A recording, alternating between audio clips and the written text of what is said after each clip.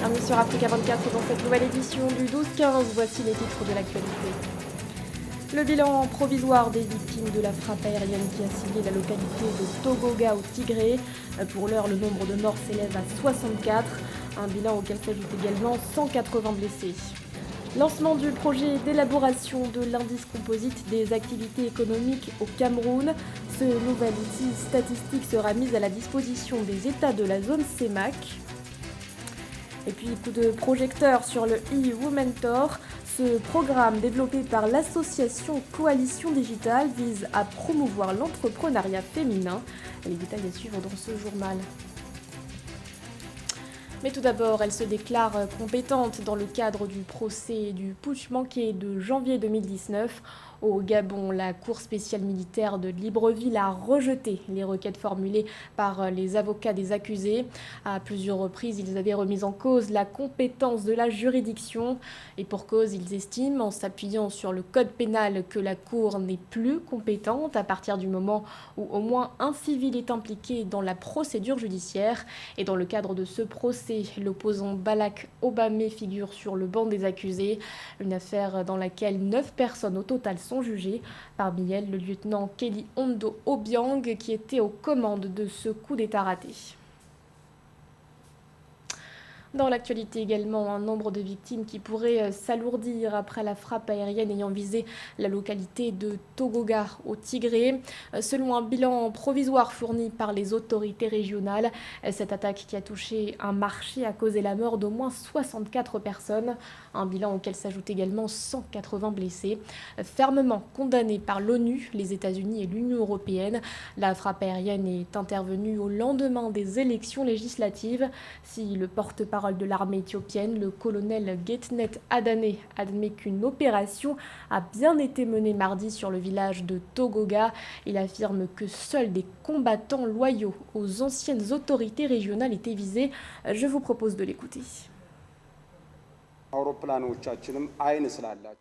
Nous avions des yeux. Ils peuvent identifier qui est civil et qui est combattant. C'est l'ère de la technologie. Ce fut un grand succès. Notre armée de l'air héroïque a accompli une mission réussie.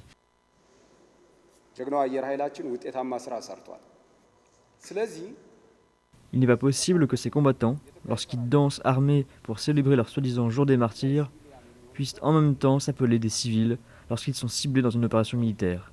C'est inacceptable.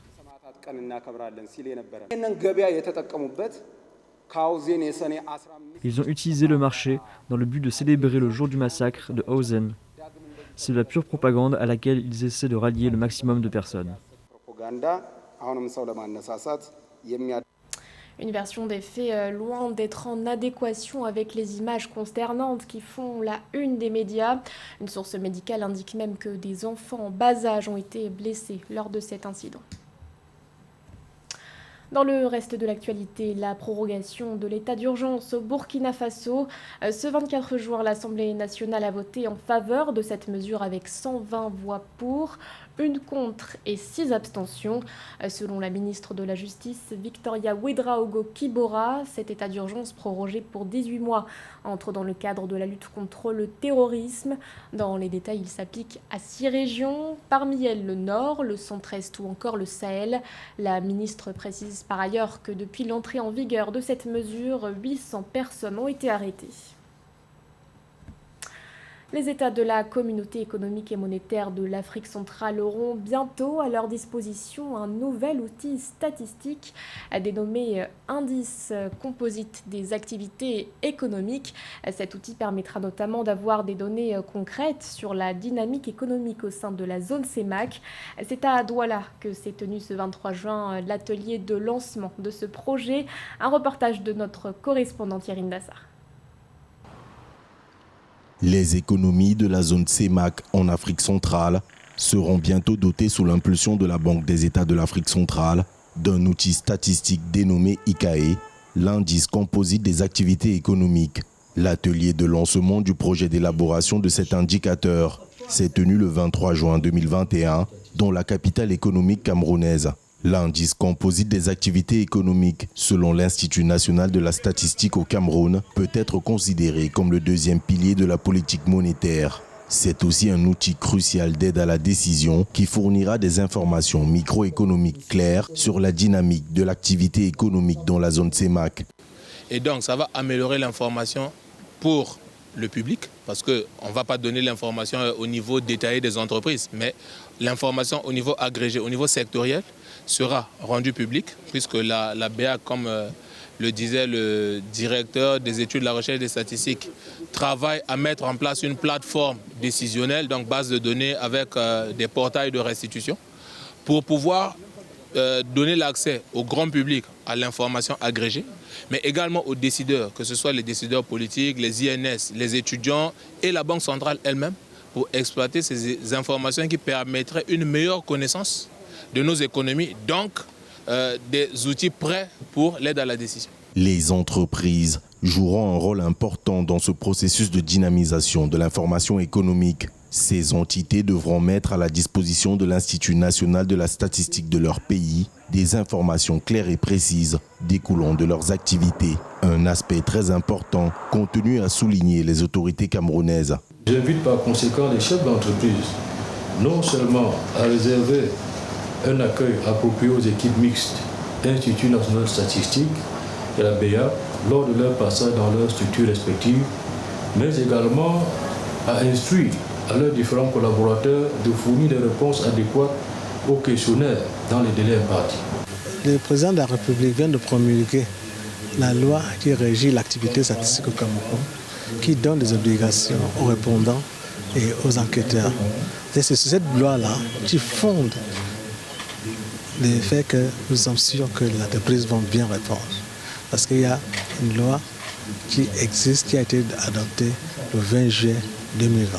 Partant de l'expérience de la Banque nationale du Rwanda, l'indice composite des activités économiques a été pressenti comme une solution au problème d'incohérence entre l'objectif de refinancement trimestriel et la mise en œuvre hebdomadaire de la politique monétaire.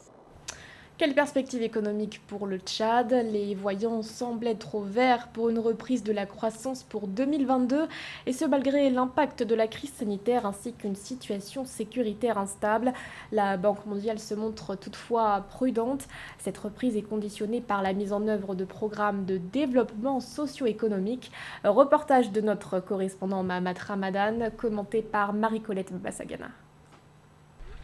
L'économie tchadienne devrait reprendre ses croissances en 2022 malgré l'impact de la Covid-19 et la situation sécuritaire précaire. Mais selon la Banque mondiale, cette relance est conditionnée par la mise en œuvre des programmes majeurs de développement socio-économique. Ainsi, pour éviter les erreurs du passé, les autorités veulent vulgariser les approches initiées par les projets financés par le Fonds international de développement agricole au Tchad qui continue de donner des résultats satisfaisants.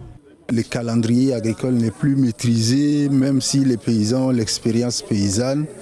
Et cet atelier a permis donc de faire le partage d'expériences réussies ou pas du tout, et de permettre d'éviter de répéter les erreurs. Le projet d'amélioration de la résilience des systèmes agricoles initié par le gouvernement et le FIDA pour lutter contre la faim, la malnutrition et la pauvreté en milieu rural a été un véritable outil de développement local. Un des exemples concrets que les autorités veulent dupliquer pour la mise en œuvre des programmes de développement socio-économique au profit des ménages vulnérables en cette période de la pandémie de Covid-19.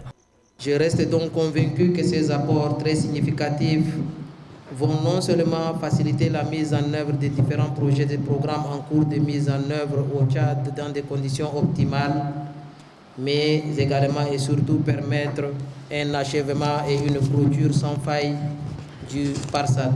Pour rappel, le président du Conseil militaire de transition a instruit son cabinet et le gouvernement pour l'exécution effective des programmes de développement socio-économique avec une obligation de résultat pour soulager la situation des populations affaiblies par les multiples crises que traverse le pays. Après une décennie de guerre, l'économie libyenne tourne au ralenti. Une instabilité qui affecte sérieusement la production de matières premières, en particulier celle du cuivre. Un bon nombre d'artisans ont été contraints de déposer le bilan pour s'adonner à d'autres activités plus rentables. Gladys Momba. Les matières premières souffrent de la crise libyenne, le métal rouge particulièrement, le cuivre, qui enchaînait pourtant des records depuis la fin de l'année 2010, a été victime de l'instabilité qui a frappé le marché libyen. L'art du cuivre est désormais menacé à Tripoli. Les artisans abandonnent leur commerce en raison de frais de location trop élevés, une situation qui inquiète Mokhtar Al-Naessi, artisan nostalgique du temps d'avant. Le marché comprenait de nombreux artisans libyens et non libyens. Certains d'entre eux étaient des juifs, des turcs et des travailleurs venant de pays voisins tels que la Tunisie et l'Égypte. Le marché était bondé de différents artisans. La baisse de la fréquentation touristique, due au conflit entre factions rivales, a poussé de nombreux commerçants à mettre la clé sous la porte. Mais contrairement à de nombreux artisans, Mokhtar Al-Naessi est toujours attaché au métier hérité de ses aïeux. Il compte bien le transmettre à ses enfants afin qu'ils perpétuent ce savoir-faire dans la vieille ville de Tripoli. Le marché a plus de 200-250 ans. Cet artisanat remonte à 5 générations dans ma famille. Nous faisons partie des familles qui ont hérité de cet artisanat. Nous l'avons appris dès le plus jeune âge, de mon père, et mon père l'a appris de son père, et j'en passe. Je ne quitterai pas ce métier. Bien que je sois diplômé d'université, je l'aime et je me sens passionné pour cela. Cela fait partie de mon identité. Je vais donc essayer de l'enseigner à mes enfants et aux jeunes prêts à l'apprendre. Malgré le cours des métaux volatiles, le cuivre fait partie des matières premières cotées en bourse. Un métal non ferreux tellement prisé qu'il alimente les trafics.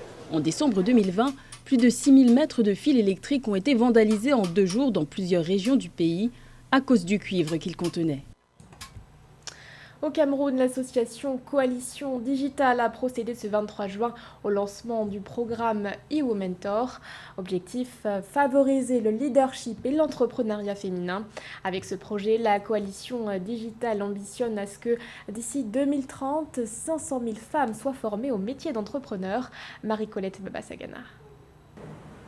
Capitaliser sur le savoir-faire, le réseau et les connaissances de la coalition pour bâtir un écosystème résilient et une économie digitale inclusive, tel est l'objectif que s'est fixé la coalition digitale lors du lancement officiel de son programme eWomentor le 23 juin 2021 à Yaoundé. Dans sa version digitale, physique et digitale du Womentor, ce programme panafricain s'appuie sur la plateforme en ligne Womentor Academy et permettra à terme d'accroître la représentativité des femmes dans tous les secteurs économiques et créer la nouvelle génération de leaders et dirigeantes féminines africaines.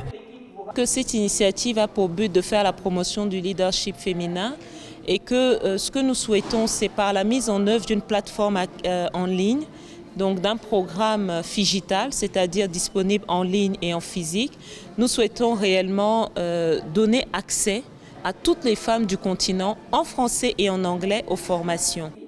Créé en 2017 par l'association Coalition Digitale, le programme eWomentor permettra d'ici 2030 de former 500 000 femmes en leur offrant un passeport entrepreneurial pour en faire les leaders et l'icône du continent africain. Ce qui est important pour nous, c'est d'avoir une meilleure représentativité des femmes dans tous les secteurs socio-économiques.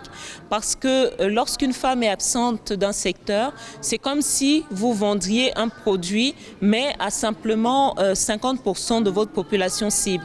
Donc les femmes sont une force vive de notre continent.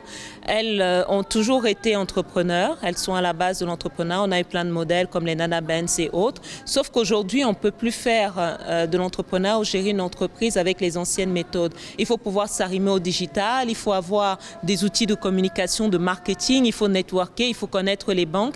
Et vraiment, ce que nous voulons faire au travers de notre plateforme, c'est de connecter ces femmes à ce réseau.